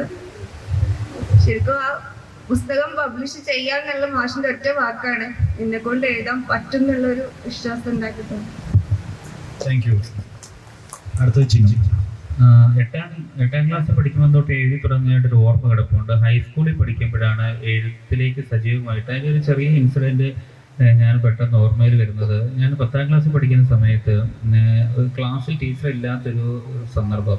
എല്ലാവരും ഭയങ്കരമായിട്ട് ബഹളം വെക്കുന്നു. സ്വാഭാവികമായിട്ടും കുട്ടികളെല്ലാം ഭയങ്കര ബഹളമാണ്. ഞങ്ങൾക്കെല്ലാം പേടിയുള്ള മലയാളം ടീച്ചറുണ്ട്. ആ ടീച്ചർ ഞങ്ങളുടെ ക്ലാസ് റൂമിലെ വലിയ ബഹളം കേട്ടിട്ട് സ്റ്റാഫ് റൂം അടുത്ത ടീച്ചർ അവിടെ നിന്ന് സ്പീഡിൽ നടന്ന് ക്ലാസ്സിലോട്ട് വരുന്നുണ്ട്. ഞങ്ങളൊക്കെ പേടിച്ച് ഇപ്പം എല്ലാവരും പിടിച്ചു നിർത്തി പൊട്ടിക്കുമെന്ന് ഓർത്ത് ഞങ്ങൾ പേടിച്ചിരിക്കുന്ന സമയത്ത് ഈ ടീച്ചർ ക്ലാസ്സിലോട്ട് കയറി വന്നിട്ട് പറഞ്ഞു, നാളെ സ്കൂൾ മാഗസിനിലേക്ക് ആർട്ടിക്കിൾ കൊണ്ടുവരേണ്ട ലാസ്റ്റ് ഡേറ്റാ, എല്ലാവരും നിങ്ങളുടെ ആർട്ടിക്കിൾ കൊണ്ടുവരണമെന്ന് പറഞ്ഞു. അത് പറഞ്ഞിട്ട് ടീച്ചർ തിരിച്ചിറങ്ങിപ്പോയി. ഞങ്ങളെല്ലാം അടി കിട്ടിയില്ല എന്നുള്ള ആശ്വാസത്തിലിരുന്നു. അപ്പം ഞാൻ ബാക്ക് ബെഞ്ചിൽ ഇരിക്കുന്ന ഒരാളാണ്, പഠിക്കാൻ അത്ര സമർത്ഥനല്ലാത്തത് കൊണ്ട് ബാക്ക് ബെഞ്ചിലിരുന്നു. അലമ്പൊന്നുമില്ല, അങ്ങനെ ഒരു ക്യാരക്ടർ. അപ്പം ഞാൻ ബാക്ക് ബെഞ്ചിലിരിക്കുക. ടീച്ചർ അത് പറഞ്ഞിട്ട് തിരിച്ചിറങ്ങി അങ്ങോട്ട് പോകുന്നു. വരാന്തയിൽ കൂടെ നടന്നു പോകുന്നു ഞങ്ങൾ ജനലിൽ കൂടെ കണ്ടു. അപ്പോൾ ടീച്ചർ അതേ വേഗത്തിൽ തിരിച്ച് വീണ്ടും വന്ന് വാതിലിൻ്റെ അവിടെ നിന്ന് പുറകോട്ട് ചൂണ്ടിയാണ് ജിനു എന്ന് വിളിച്ചത്. അപ്പം ഞാൻ ഞെട്ടി.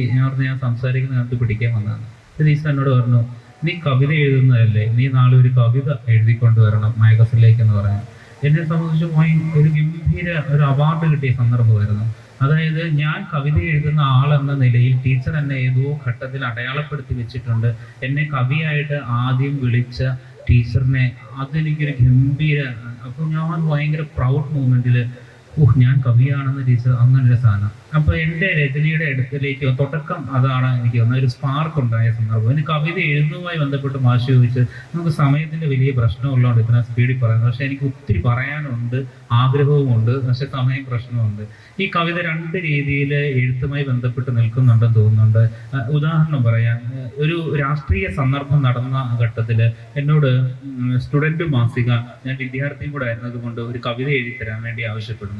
അപ്പോൾ എന്നെ വല്ലാതെ സ്ട്രൈക്ക് ചെയ്ത ഒരു ഇൻസിഡൻറ്റുമായി ബന്ധപ്പെട്ടുള്ള കവിതയായിരുന്നു എഴുതാൻ പറഞ്ഞത്. എനിക്ക് ബാധിച്ച, എനിക്ക് സങ്കടം ഉണ്ടായ, അത്രമേൽ മനസ്സിന് ആഘാതമേറ്റൊരു സംഭവം തന്നെയായിരുന്നു. പക്ഷെ അത് കവിത എഴുതും എന്നുള്ള രീതിയിലേക്ക് ഞാൻ ചിന്തിച്ചിട്ടുണ്ടായിരുന്നില്ല. ആ ആനുകാലികം ചോദിച്ചപ്പോൾ ഞാനതൊരു കവിതയാക്കി അയച്ചു കൊടുത്തു. അത് രാഷ്ട്രീയ കവിത ആയിരുന്നു. അതിനുശേഷം ഈ 3-4 മാസം പിന്നിൽ ദേശാഭിമാനിയിൽ എൻ്റെ ഒരു കവിത വന്നിരുന്നു. അതും ഒരു തരത്തിലൊരു പൊളിറ്റിക്കൽ കവിത തന്നെയാണ്. അത് എന്നോട് അവർ ചോദിച്ചിട്ട് എഴുതിയല്ല, ഞാൻ എഴുതിയിട്ട് അയച്ചു കൊടുത്തതാണ്.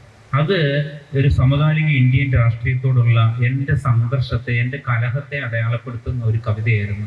2 രീതിയിൽ നമ്മൾ അനുഭവിച്ച വേദന, നമ്മളുടെ മുമ്പിൽ വന്ന ഒരു വിഷയത്തെ കവിത എഴുതാൻ നമ്മളോട് ആവശ്യപ്പെടുമ്പോൾ നമ്മൾ എഴുതും.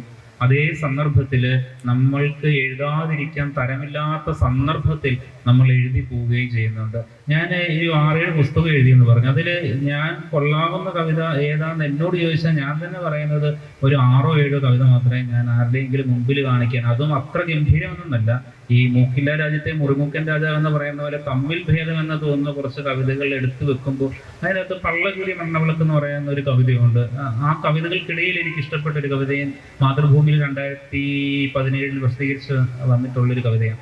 ആ കവിത ഞാൻ എഴുതിയ ഒരു ഇൻസിഡന്റ് ഈ എഴുത്തനുഭവവുമായി ബന്ധപ്പെട്ടുള്ള മാഷിന്റെ ചോദ്യത്തിന് ഉദാഹരണമായിട്ട് അവതരിപ്പിക്കാൻ തോന്നുന്നു. ഒരു ദിവസം രാവിലെ വെളുപ്പിനെ ഞാൻ കവിതയിൽ അവതരിപ്പിക്കുന്ന സന്ദർഭങ്ങളും ചുറ്റുപാടുകളും ഒക്കെ എൻ്റെ വീടുമായി ബന്ധപ്പെട്ട അന്തരീക്ഷങ്ങൾ തന്നെയാണ്. വെളുപ്പിനെ ഒരു 4:30-5 മണിയൊക്കെ ആയപ്പോഴത്തേന് ഞാൻ ഉണർന്നിട്ട് എനിക്ക് ഗംഭീരമായ അസ്വസ്ഥതയുണ്ടായിട്ട് ഇതിനു മുമ്പുണ്ടായ എൻ്റെ ഉള്ളിലുണ്ടായിരുന്ന ഒരു ത്രെഡ് എനിക്ക് എഴുതാൻ കഴിയാതെ ഇതൊക്കെ പറഞ്ഞു കഴിയുമ്പോൾ എഴുത്തുകാർ ജാഥ പറയുന്നതാണ് എന്ന് സ്വാഭാവികമായിട്ടും ബഹുഭൂരിപക്ഷ ജനങ്ങൾ തെറ്റിദ്ധരിക്കാനുള്ള സാധ്യതയുണ്ട്. പക്ഷെ അങ്ങനെ ഗംഭീരമായി അസ്വസ്ഥപ്പെട്ടിട്ട് നിവൃത്തിയില്ലാതെ നമ്മൾ എഴുതി പോകുന്ന സന്ദർഭമുണ്ട്. അത് എപ്പോഴും സംഭവിക്കത്തില്ല. എഴുത്തുമായി ബന്ധപ്പെട്ട്, പ്രത്യേകിച്ച് കവിതയുടെ രചനയുമായി ബന്ധപ്പെട്ട് ഈ അസ്വസ്ഥമായ മാനസികാവസ്ഥയിൽ എഴുത്ത് സാധ്യമാകുന്നത് ചില വളരെ ചുരുക്കം ചില സന്ദർഭങ്ങളാണ്. വ്യക്തിപരമായി എൻ്റെ അനുഭവത്തിൽ വളരെ നാളുകളായി നീറി ഉള്ളിൽ കിടന്ന് അതിസങ്കീർണമായിട്ടുള്ള ഒരവസ്ഥയിൽ അതിനി ഒരിക്കലും അതിൻ്റെ രൂപത്തിലേക്ക് പകർത്തിയില്ലെങ്കിൽ സാധ്യമല്ല എന്ന് പറയുന്ന ഒരു സിറ്റുവേഷൻ ഉണ്ടായി. ആ സിറ്റുവേഷനിലൂടെ എഴുതപ്പെടുന്ന സാധനം എഴുതിയ ആളിന് തന്നെ കുറച്ചുകൂടെ തൃപ്തി കിട്ടുന്ന എഴുത്തായിട്ട് എനിക്ക് പലപ്പോഴും തോന്നിയിട്ടുണ്ട്. പിന്നെ എഴുത്തുമായി ബന്ധപ്പെട്ട ഒരു എഴുത്ത് ഒരു കാരണവശാലും പരിപൂർണമാകുന്നില്ല. മഴ പനി കൊണ്ട് ചുംബിക്കട്ടെ എന്ന് പറയുന്ന 2015 ഇറങ്ങിയ പുസ്തകം ഞാൻ ഇപ്പോൾ മറ്റൊരാളുടെ മുമ്പിൽ കാണിക്കാൻ എനിക്ക് ചെറിയ ചമ്മലുണ്ട്. കാരണം അതിനകത്തുള്ള കവിത കുറച്ചുകൂടെ പാകമാകേണ്ടതായിട്ടുണ്ട് എന്ന് തോന്നുന്നു. ആകാശത്തേക്ക് നീളുന്ന വരികൾ എന്ന പുസ്തകത്തിലെ കവിതകളുടെയും സമാന്തരമായ അവസ്ഥ ഇതാണ്. വീണ്ടും തിരുത്തലുകൾ സ്വയം തന്നെ തോന്നുന്ന വിധം ഈ എഴുത്തിൻ്റെ അകത്ത് ചില പ്രശ്നങ്ങളുണ്ട് എന്ന് പല ഘട്ടത്തിൽ തോന്നിയിട്ടുണ്ട്. അതുകൊണ്ട് ഒരു എഴുത്ത് ഏതെങ്കിലും ഘട്ടത്തിൽ എഴുത്തുകാരൻ അതിന് തൃപ്തി കിട്ടുന്നുണ്ടോ? ഖസാക്കിൻ്റെ ഇതിഹാസം പല പതിപ്പുകളിൽ തിരുത്തൽ വരുത്തിയായിട്ട് ഞാൻ കേട്ടിട്ടുണ്ട്. അതുകൊണ്ട് അങ്ങനെ എഴുത്തുമായിട്ടുള്ള ഒരു അനുഭവം കൂടെ പങ്കുവെക്കും.